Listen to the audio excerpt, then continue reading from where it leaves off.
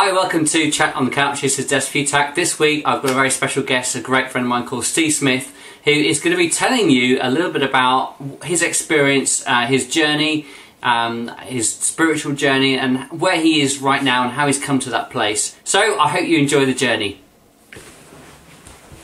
Right, thanks very much for that, Des. I'm going to say how kind it is of you to sort of to interview me like this, because I'm very bad at getting around to things, and this is a good way of making sure it happens. Yeah, no worries. Yeah. Excellent. So, we just grab my cup of tea. yeah. So go for it. So tell me, well, first of all, it might be helpful for everyone who's watching this video to know a little bit about yourself. Right. And then you've got some notes here. About me now? Well, yeah, about what you're doing right now, and Okay. and then perhaps you can launch into your background and your story, because I know you've got some notes here, which Yeah. I think will definitely help you. Okay. So what are you doing right now? Well, I spend part of the time working with the church, and I spend part of my time teaching piano, and just sort of trying to be me, really, in a good way. And what's the name of the church that you're part It's of? part of the called Fellowship of the King. Okay, yeah. It's in Bristol. Yeah. Fantastic. Okay, well that's enough about what's happening right now. So Okay. tell us about your journey. Yeah. And why is it also, Okay. I suppose, as you're sharing your journey, why do you think it'd be useful for people to actually be watching this? Because I know I love stories personally, but Okay. it'd be great for people to understand, you know, why you're Yeah. talking to people as much as you sharing your story. Well, I think the story as it pans out it has had some quite sort of significant moments in it, and it's probably quite unusual in some ways, and therefore interesting, hopefully, and perhaps helpful for some people as well. I mean, even if just one person is sort of helped by it in some way, and that's great. And I'm certainly not doing this to necessarily advocate anything. I see myself much more as a kind of witness, and just really testifying to the truth of kind of the journey that my life has taken. And I'm not wanting to argue with anybody or, you know, say, listen to this and not that. I'm just saying, this is my story, and I'm just interested in telling it because, for me, it's been very powerful and compelling. And just, you know, I think it's brought me through to a very good place, and I'm just interested in sharing that, you know, to help and encourage anybody who might find themselves on a similar sort of journey, really. Cool. Okay, go for it then. So, well, I mean, I think, because I'm nearly 55 now, and that's one of the reasons why I'm doing this, because I'm aware that, you know, at some point your brain kind of turns to mush and you just sort of, you know, and so while I'm still reasonably kind of, you know, sound and mind and whatever, I just thought it'd be good to reflect on events that really started a long time ago, when I was about 15, and I was at school, and I just really became very aware that there was, you know, you kind of look around at the rest of the world and you see all these kind of birds and animals and creatures, all with a very strong sense of how to live their lives, you know. And when I looked at humans and myself, I was aware that people just didn't really know very much what they were doing. They were kind of, you know, just following other people or just doing whatever came into their heads or whatever, and it just all seemed very unconvincing and just not really what it was all about somehow. And so I basically felt that the choice that lay before me really was either, as I said, you either just kind of follow your instincts, do the first thing that comes into your head, so live, as it were, like an animal in the worst sense, and you can see that that's not going to work out well, or the alternative was that you could act out in some way. You could, you know, take hold of some script and kind of live according to that. But there was no script that I found particularly compelling, and you know, I'd end up just kind of going through the motions and saying the right things and doing the right things to sort of keep in with certain people or whatever, but with no conviction about it. And so I found that a very alarming situation. I felt that I didn't know what it was to be me or what it was to be human at all. Sure. I felt a bit like kind of Australia is geographically. I mean, I'm sure Australia's a lovely place, but it's got an interesting geography, hasn't it? Because as far as I know, is this right? Everyone lives kind of around the edges, and yet there's this huge middle bit that's just kind of blank and bare, and that's what I felt my life was like. I mean, did you just to ask you a question as we go along? I might ask you a few more questions. And by the way, for anyone watching this, we have not prepared this at all, and we don't. Well, we didn't want to make it that way, because we thought if we do make it that way, it'll come across as very kind of stale and staid. And the whole purpose of these interviews is for you to be literally a fly on the wall, so that you're actually watching what's going on live, as it were, even though this is obviously recorded when you're watching this. So the question I want to ask you based on what you just said, is how did your education affect you? Because I know, for example, when I was at school, we'd be doing things like in science, for example. I was very influenced by science when I was a teenager, and particularly the whole, I suppose, scientific worldview, and I suppose that we are animals or we are machines, and that's fine, and we just have to accept that. I mean, how did that not kind of come into your thinking? No, and if not, why not? Because it did me, I don't know. It just didn't. I think, as far as my education and schooling was concerned, one of the things that affected me deeply was the fact that actually I was in some ways quite successful at school. So by the time this was coming around, I'd kind of won a couple of scholarships, and I'd won lots of school prizes and all this sort of thing. So I knew what it was to be successful and to do well. And I think for a lot of people, that's kind of what they're aiming towards. Yeah. And I'd already kind of tasted it and realised that actually, well, it's interesting. I was having a chat with somebody recently who very wisely said, it's a bit like with money. If you're an unhappy person and you've got money problems, if you sort out the money problems, then you're an unhappy person without money problems. And I think that's how I felt about it. I felt that there were deep issues within me. And some people can have those deep issues and be longing for some sort of success, and when they get the success, then they're still a deeply unhappy person, but that particular desire has been satisfied. So I think what the main impact it had on me, and I quite enjoyed my education, but the main thing that it really showed me by this stage was that was really to do with the emptiness of success in itself. In itself, because having won several, for instance, school prizes and things, the first one that you win, you think, oh great, I won a prize. After that, it just becomes more and more kind of meaningless until it just doesn't, and you're aware of that. Those significantly diminishing returns, and you think, well, there's no point spending my life chasing after this sort of thing, chasing after prizes, because what's the point? It doesn't mean anything. If it doesn't mean anything, if it had meant something to me, obviously I would, but it was just, And so I suppose, and also the other aspect of it, I was at a boarding school for 10 years, which I really enjoyed. It was great. But one of the things in that sort of environment, it does give you a certain detachment, because you have to be kind of quite sort of, resilient and sort of self-aware in a sense. I think it makes you more like that. Is that because it's a very close environment? Is that partly what the reason is? Yes, I don't know exactly. I just think you become very self-sufficient. Right. And so for me, anyway, I had a very strongly developed self-awareness, which I have to this day. You see yourself, you're always a little bit on the lookout, and kind of, it's slightly jungly sort of environment. I don't mean that in a very hostile way, but I mean that in a way that... So it influenced you in that sense? I think so. I think but the positive element of that was a high degree of self-awareness. Yeah, a high degree of which kind of meant that you were able to see through things a lot more quickly as to whether they had any real significance. Yeah.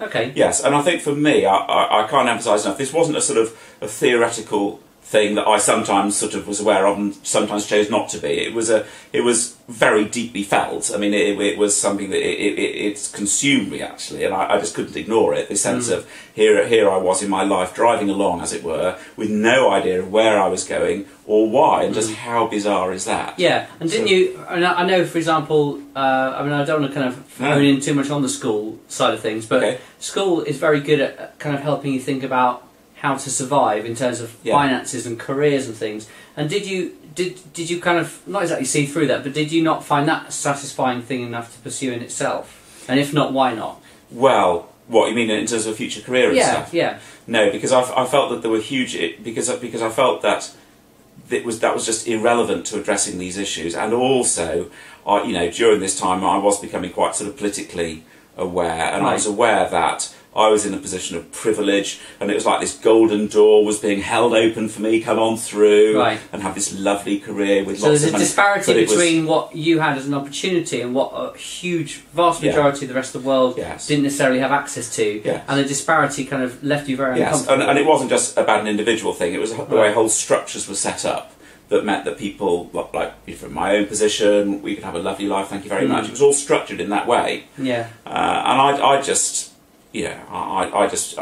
knew that I just wouldn't have felt comfortable personally with it. It wasn't about, again, having some abstract moral qualm in a way. It was just deeply, it would have made it worse for me. I'd have thought, it would have troubled me deeply if I felt that I was sort of taking advantage of that and going through this golden. Yeah, it's kind of a sense of almost of justice, really. That you had, which meant that it wouldn't be. Yeah. Because I part of what is to be human is also how we relate to others and how we, how we think things should be set up and living in a way that at least, does some justice to that. Yeah. I'm just going to check we are actually recording. So. Okay. Yes, we are. Good. All right. I'm not going to edit this out. That's more fun. That's fine. I wanted to make sure that we hadn't lost that last 10 minutes because that was very interesting. Okay. So carry on anyway. Okay. So coming out of this, so then the question I was coming up with at this time was, well, what I really want to know is, are there some sort of deep imperatives somewhere in the fabric of the universe, in the fabric of our lives that actually will guide us in some way or give us what we need to know so that we do become fully human in the way that a bird is fully a bird and a worm is fully a worm? Is this or are we just condemned to be either actors or animals? How interesting. And for me that was the massive issue. And if there were these deep imperatives, how would we access them? How would we know what they were? And I had always believed in God. I never had a problem. I just never had a problem with that. That was always fine. And a God who was kind of personal and interactive and could do miracles if he wanted to. That was fine. I didn't have a problem with that. But I did have a problem with religion and church, which I always found, for me, often, again, this is just my own testimony, was disappointing and getting in the way. I remember having a conversation. I used to enjoy the RE lessons at school. Had some good chat. I loved them. They were great because you used to discuss all these issues. But, so the guy who was teaching us, who's a reverend, it was actually a Church of England school, the Church of England School of the North originally it was, apparently. But anyway, so in these lessons, he didn't really believe in God. And so I remember distinctly the conversation, one lesson, when I was about 15 again, or 16 or something, I said to him, "Sir, do you believe in God?" And he said, "No, but I believe in the power of love." And so I said, "Well, if you don't believe in God, why are you a reverend? Why are you ordained?" And he said, "I've often wondered about that myself."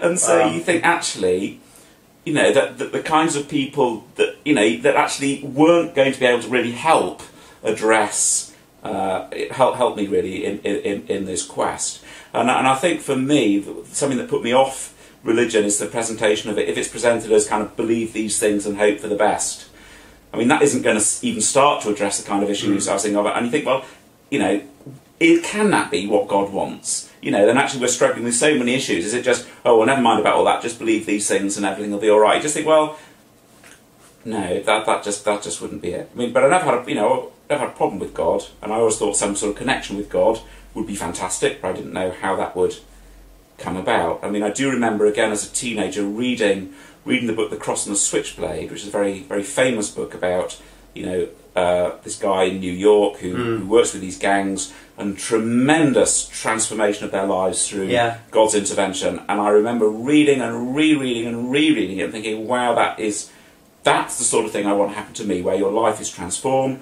God is in there, you become suddenly fully human, fully you, off you go. And that was great, but obviously you can't just... I was in a very different kind of environment. You can't just say, okay, well, I'll do that, or I'll think that, or there was just no connection at all from that world that I was reading about there with me and my situation in any way. So I didn't really see a strong connection.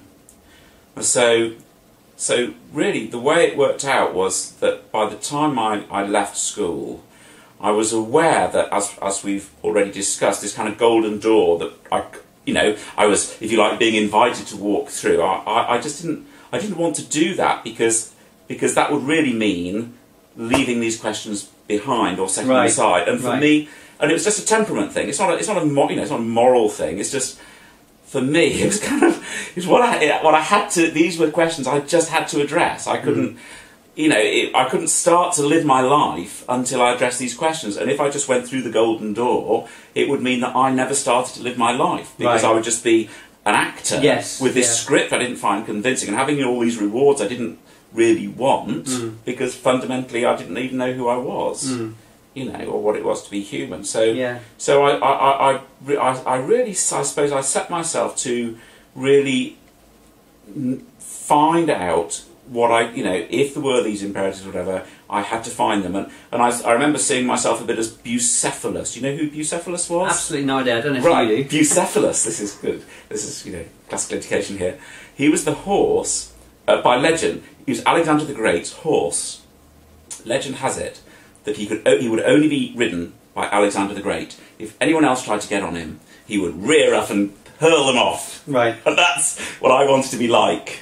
That's how I saw myself with regard to these issues, because I was just determined that if there was, I had to find the answer, and I wouldn't be content with saying, oh, all right, I'll do this, or oh, all right, I'll think that. That's just, no, it had to be. And so I really made a decision. I had to find what it was to be authentically me, something that had integrity about it, something that was true, the truth, and to find it, a bit like the kind of the pearl of great price, really, I suppose. What is it to be properly human? I didn't know what it was, and I didn't know what the answer would look like, but whatever it was, that's what I knew I needed. And so really, what I decided to do, and these are the terms I was using in my mind at that time, was kind of, as it were, turning off the engine or spiking my guns, saying no to that golden door, because it wasn't, it doing whatever it was necessary. So I wasn't trying to force my way through to a false answer, but just to listen, to ask, to observe, to watch. Had to find that answer wherever it lay, and I didn't know where it lay, but I knew there was one. And if there wasn't one, then I wasn't really interested in a false. Then I would just end up however it turned out. But I just couldn't bear the idea of just staying with the kind of animal or actor thing and just being content with that. If there was a way through, I had to find it. Cool. So that was the point I got to. So this point in the story, you're talking about as you're leaving school. Yeah, that's as I was leaving school. Yeah. So what happened next then? That's the thing that we all want. Well, can we do the next video because I need to turn to a different page? Yeah, is that all right? So this is the end of part 1. Is that right? Yeah.